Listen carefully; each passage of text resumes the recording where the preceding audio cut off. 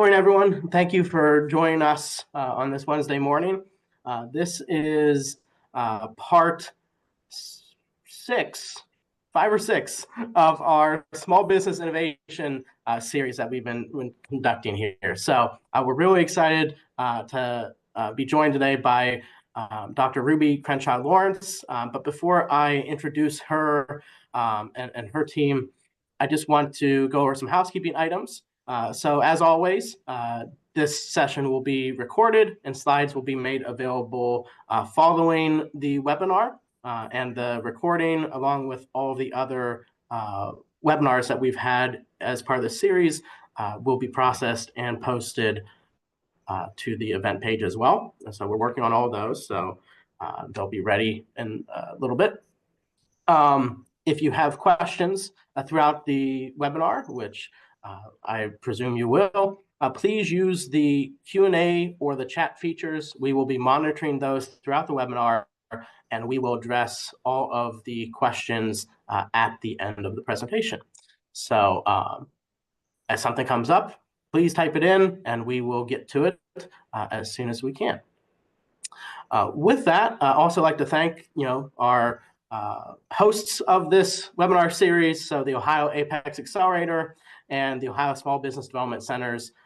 There's been a great partnership to bring more understanding of different awareness topics, different innovation topics, I should say, from basics of small business innovation research to specific Air Force Research Labs opportunities, the Defense Works, and now today we're going to be talking about extremely critical subject, foreign ownership, control, and influence. Which leads me into my introduction of Dr. Ruby Crenshaw Lawrence, who is the Chief of the Office of Small Business Programs and Industry Engagements at the Defense Counterintelligence and Security Agency. In this capacity, Dr. Crenshaw Lawrence advises on the development and execution of small business programs and initiatives designed to promote the strength, health, and welfare of small business capabilities. The Office of Small Business Programs and Industry Engagements is responsible for maximizing participation in the support of a whole of enterprise approach in securing the trustworthiness of the United States government's workforce and the nation's critical assets. Prior to her role, she served as the Assistant Director of the Indian Incentive Program within the Department of Defense Office of Small Business Programs, whereby she provided management and oversight in the distribution of $15 million in funding to prime contractors and small businesses who utilize the Native American-owned, Alaskan-owned, and Hawaiian-owned businesses or enterprise as subcontractors. She's had a varied career, and I'm going to kind of summarize the introduction here saying you have a subject matter expert in the finest of both small business and foreign ownership, control, and influence. So with that said, Dr. Crenshaw Lawrence, the floor is yours, ma'am. All right. Thank you, sir. I appreciate that. And good morning, and thank you all for joining today's FOCI and FCL 101, a small business guide to understanding foreign ownership, control, or influence, and facility clearance. My name, again, is Ruby Crenshaw Lawrence. And as stated, I am the Chief of the Office of Small Business Programs and Industry Engagements. I'm excited to guide you through this essential topic, which plays such a critical role in ensuring the security and integrity of our nation and its industrial base. For small businesses looking to work within the classified space, understanding and managing FOCI is not just a regulatory requirement, but a key step in safeguarding national security. Whether you're new to FOCI or FCL, or looking to deepen your understanding, this session looks to equip you with the necessary tools and insight needed to be successful. You will learn what FOCI is, key evaluation factors, critical documents and sources, while also exploring how FCLs come into play. With that being said, let's dive right into the North Star of this training. What exactly is FOCI, and why is it so important for small businesses? First slide, please. FOCI refers to a foreign interest having power to direct or indirect, whether exercise and or exercisable, or decide matters affecting the management or operations of a company in a manner which may result in unauthorized access to classified information, or may adversely affect the performance of classified contracts.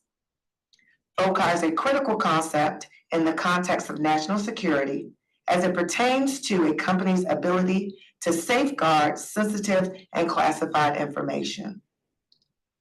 Foreign ownership can give foreign entities financial control or influence over a company.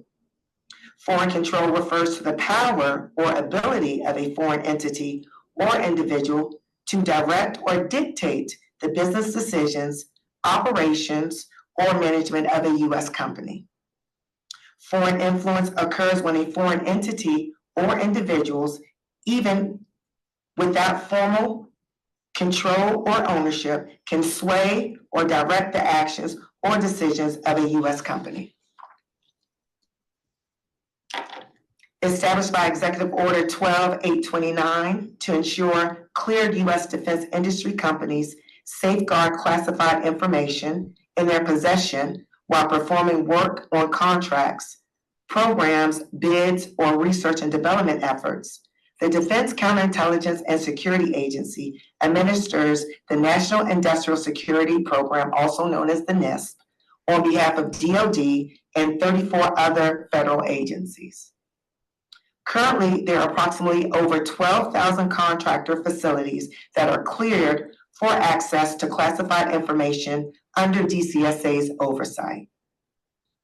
DCSA also provides field personnel, government contracting activities, also known as GCAs, and cleared contractors with timely, consistent policy guidance to provide effective interpretation of the NISP. Known as the largest investigative service provider across the United States government, charged with protecting America's workforce, trusted workspace, and critical assets, amongst other things, DCSA assesses companies for foreign ownership status, evaluates industrial security measures, ensures compliance with FOCI regulations, and processes, issues, and monitors the continued eligibility of entities for facility clearances. Understanding FOCI and foreign investment can play an important role in maintaining the vitality of the industrial base, its policy to allow foreign investment consistent with national security interests of the United States.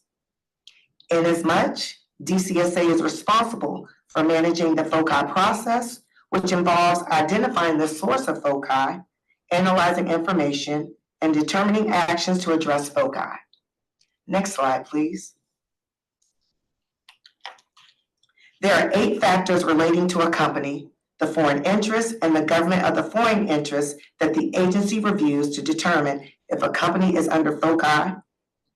Those factors include a record of economic and government espionage against U.S. targets, record of enforcement and or engagement in an unauthorized technology transfer, record of compliance with pertinent U.S. laws, regulations, and contracts, the type and sensitivity of the information that will be assessed, the source, nature, and extent of FOCI, including but not limiting to whether a foreign interest holds a majority or a substantial minority position in the company, the nature of any relevant bilateral and multilateral security and information exchange agreements, ownership or control in whole or in part by a foreign government, and any other factors which indicate or demonstrate a capability on the part of foreign interests to control or influence the operations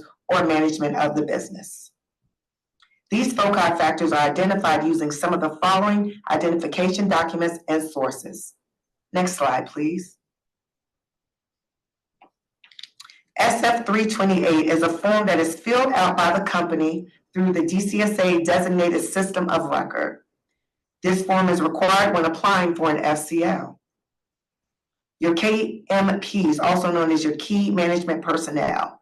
This is a list of individuals which may include board of directors, officers such as CEO or CFOs, executive personnel, general partners, regents, trustees, or senior management officials. Governance and incorporation documents. DCSA evaluates the company's governance and incorporation documents to determine if there is foreign ownership or control. Such documents may include articles of incorporation, corporate bylaws, loan agreements, purchase agreements, letters of intent, as well as other documents related to the formation or governance of the organization. SEC findings. DCSA will also examine the company's filings with the Securities and Exchange Commission. Corporate family tree, which outlines a company structure, including subsidiaries and parent companies. And then finally, financial documentation. The company will be required to submit any documentation related to financial dependence on or obligation to foreign entities, or financial agreements with foreign entities. Upon collection and review of this information, a company found to have foci is not eligible for an FCL. However, a company may be granted an FCL if the foci risks are mitigated in conformity with national interests. Next slide, please. So what is foci? What is a facility clearance? A facility clearance is an administrative determination that a company is eligible to access classified information. It is a clearance for entities or companies similar to a personnel security clearance for individuals. The FCL process requires key management personnel to either obtain or have personnel security clearances. After a determination by DCSA that an entity has a legitimate need to access classified information, an entity may be sponsored for an FCL. Next slide, please.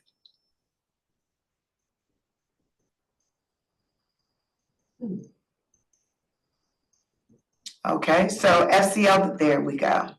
FCL, the basics. How can you get an FCL? A contractor or prospective contractor cannot apply for their own FCL.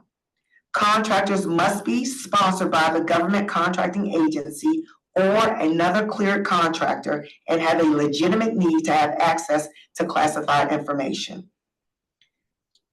Sponsorship can begin as soon as we have determined the awardee for said contract. What are company requirements? There must be a need to access classified information, either on the prime or the subcontractor side. The company must be organized in the US, and they must have a reputation for integrity and lawful business dealings. They must not be under foreign ownership or control interest. Does the FCL mean you have to be cleared? You have to have a cleared office space. An FCL is not issued to a location, but rather is granted to a company or entity. If through the security requirements of the contract, there is a need to safeguard classified information at the company site, a separate approval is granted after issuance of the facility clearance. This is done by your ISR, also known as your individual security representative assigned to your facility. How much does an FCL cost? The only cost is for you to ensure that your business is in compliance with the NISPOM, also known as the National Industrial Security Program Operating Manual. Does an FCL expire? An FCL remains active until the company no longer has a need to access classified information. Next slide, please. Here are your top 5 reasons for rejection of an FCL. 1, missing government contracting activity authorization, again, also known as your GCA.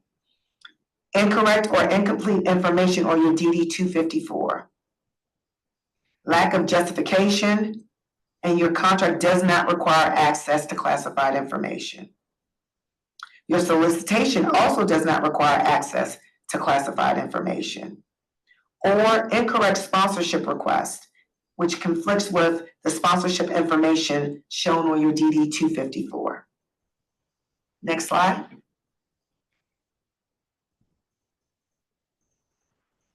Here are some helpful resources that you can utilize at any point. Here you will see on our website, you will have FCL process orientation videos. You also have facility clearance checklists that will be able to take you through all of the items that are required in your submission of your FCL packet.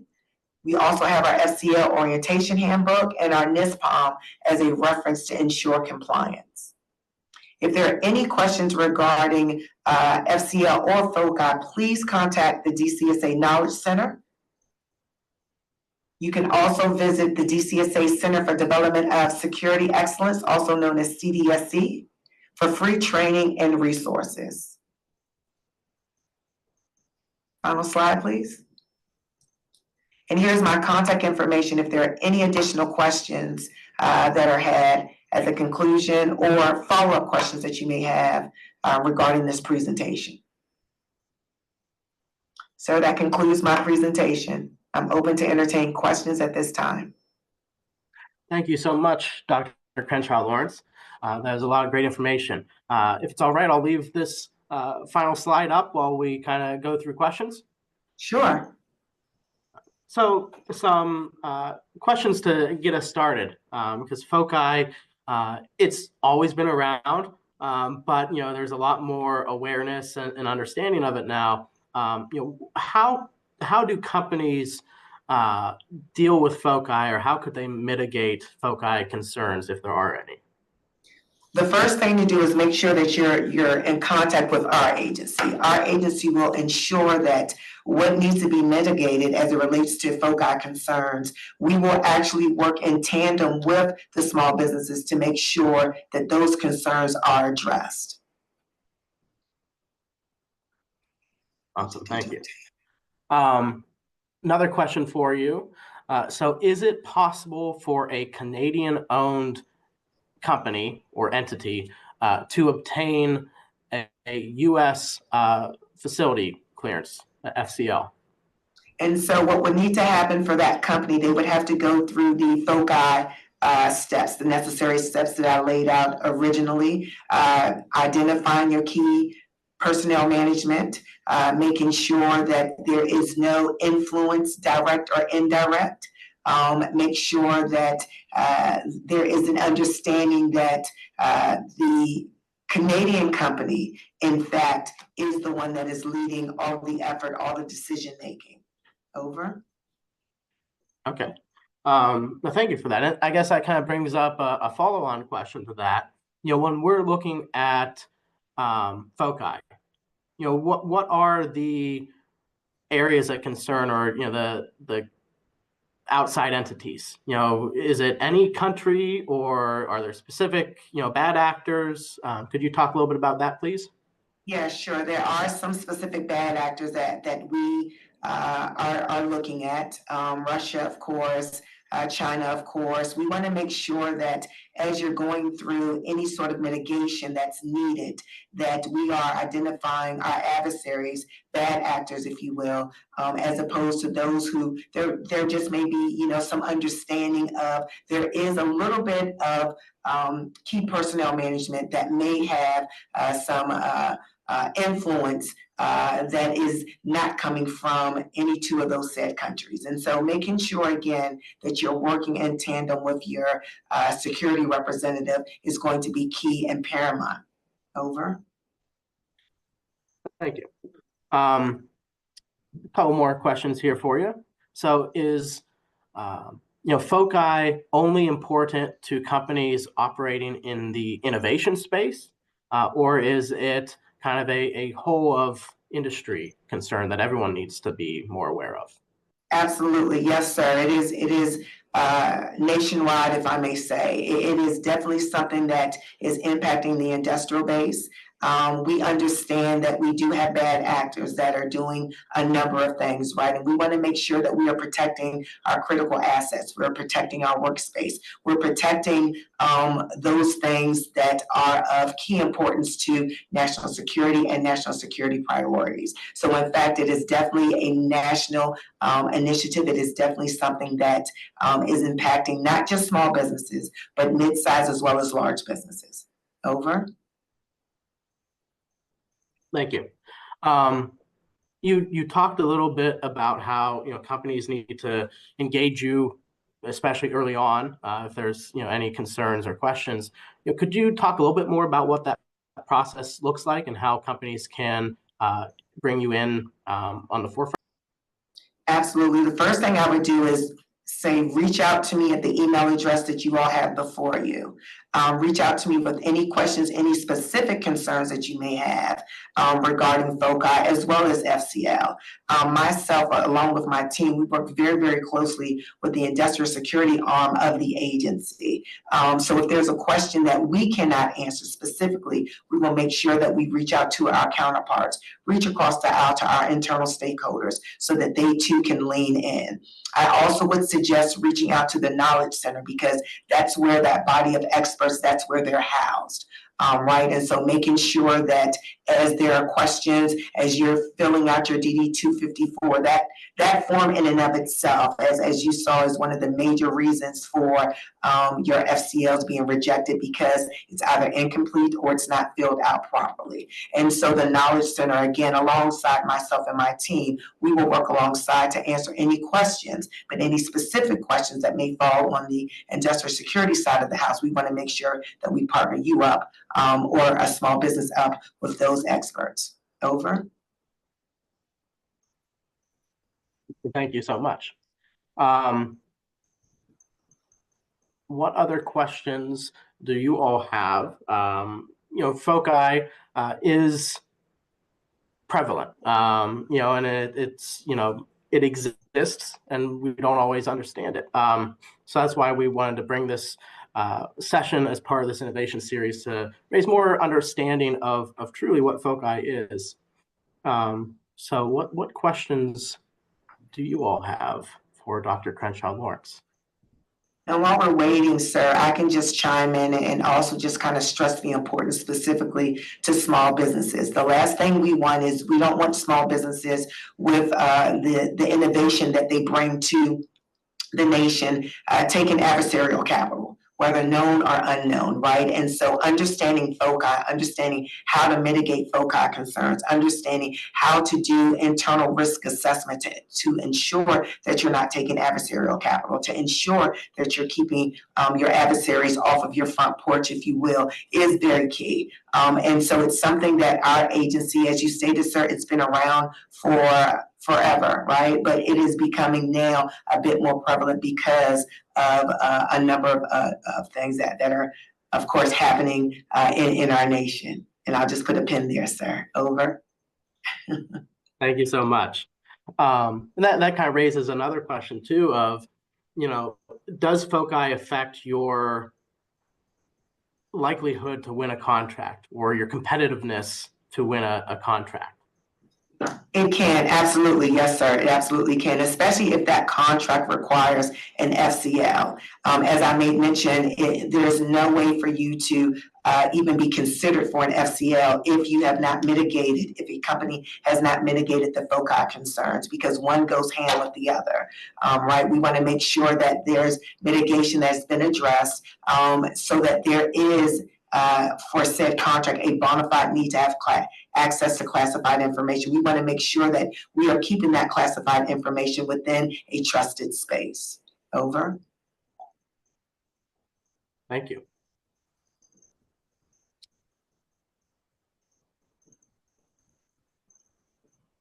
Well, I am not seeing any other questions for you, Dr. Crenshaw Lawrence. I think, FOCI, it's complex, right? And so trying to understand it and looking at it, some of those easy lines of thought is, where is the money coming from? Especially, those innovators looking to grow their resources. Investment capital is key. And, we have the SBIR program, we have private investment, and that private investment is when it gets a little tricky. So understanding where the money is truly coming from, like you said, that is very important. What final thoughts would you like to leave our attendees with, Dr. Crenshaw Lawrence? I completely understand that FOCI is and can be very confusing. I can appreciate the fact that for a small business, the number one question that I'm often asked is well, why is it important to me? Why is this something that I should be concerned with? And again, making sure that as you continue to grow your small business footprint, making sure that there are opportunities for you to diversify your portfolio as often as you absolutely can. And in diversifying your portfolio, that will too include looking at classified work, right? And so making sure that you are mitigating, making sure that you're thinking internally ahead of the game, if you will, of what can I do to make sure that I'm putting myself and posturing myself and my business in a place where when there's an opportunity for us to work within a classified space that we're able to do so. The last thing I hate to hear is for a small business to actually be able to have an opportunity to partner with a potential company where there could be sponsorship, but in fact, there have been some FOCI concerns on the subcontracting side. And so making sure that there's some due diligence done up front so small businesses understand not just the importance, but they understand how to get ahead of the narrative. That is the key takeaway at this point, sir. Over. Thank you. And that kind of sparked some other questions. So this company is talking about how they do consider this a serious matter, and they will not use offshore software developers. Is that a wise approach, or would you have any other thoughts on that? So I will say, the business approach that said company is utilizing is going to be, specific to what they believe is going to be beneficial to them, right? And so I don't want to say that that's the right approach or the wrong approach. I would just say that, again, do your due diligence in ensuring that you are mitigating and getting ahead of any mitigation challenges and or risk before they arise. Over. Thank you. And that kind of spawned another question as well. Talking about presence of FOCI, even within employees. What about interns? Are internships a potential risk for FOCI? Or could you talk a little bit about, I guess more on broader scale than employees as well? And so again, depending upon the requirement or the solicitation rather, depending on the solicitation will determine what the personnel security need is for the employees. And so if there is, of course, no need for any of the employees to have a personnel security clearance, then the risk, if you will, is not as great. Really looking at your key management personnel, looking at those individuals to see if, in fact, the risk lies there. That's where FOCI is going to be most prevalent with your key personnel management. Over. Well, thank you. And so just as an example to elaborate that a little further, if you have somebody that is seeking contracts and maybe they're finding them, but they don't do anything with the performance of them or even writing the proposal, would that be a FOCI consideration or no? Can you speak a little bit more regarding the individual? Yeah, so say in the company, the person is like the sales manager. Their job is to go out, find contract opportunities, and then that kind of ends there. They don't deal with the actual performance of the contract. They don't deal with any of the technical engineering side of things, their sole responsibility is to locate contract opportunities and try to bring them into the company. So like a business development individual? Correct. Yeah. Okay, okay. So if they've been identified as one of your key management personnel, then we'll have to take a deeper dive into that. If they are an intern, or if they are maybe, somebody that has not been identified as key management personnel, the risk may not be as great. However, Karma, I reserve, kind of giving you a definitive answer based upon knowing a little bit more about key management personnel. Do they have any foreign ties with nationalists or any of the companies that, any of our adversaries? So there are a couple of things that I would need to kind of know a little bit more to give you a definitive answer. But by and large, if it's just, maybe somebody, again, like an intern who has not been identified as key management personnel, there may still be a need, but it again just depends upon their engagement and their involvement. Over. Understood. Thank you. And that's, I want to use that example just to kind of demonstrate how complex FOCI is, right? And the Absolutely. and the importance of engaging Absolutely. office. So. Absolutely. There's so many different layers to it, right? There's layers to the answers, there's layers to the risk mitigation, there's layers to the risk assessment, internal risk assessment that small businesses as well as mid and large businesses should also be doing. So I absolutely can appreciate where there can be some confusion. Yes, sir. Over. Thank you. Well, with that, I think we are going to wrap up our webinar today. Not seeing any other questions. So I just want to thank you again, Dr. Crenshaw Lawrence, and your whole team in getting this webinar put together. We really appreciate your time, and the information you shared today is incredibly valuable. It's critical to the small business industrial base. It's critical to the government industrial base, and increasing that awareness and understanding of these implications of FOCI is important. And I'll share with you, some of the attendees already have been saying how informative and appreciative they are of this webinar. So thank you again from both the Ohio Apex Accelerator and the Ohio Small Business Development Center. Thank you from our attendees, and just really, truly appreciate your time this morning. Thank you so much. I appreciate you all. Hope you all have a wonderful day, and see you back online next week, where we will have one more session before we wrap up on the 23rd with our in-person resource panel. So thank you all, and have a good rest of your week.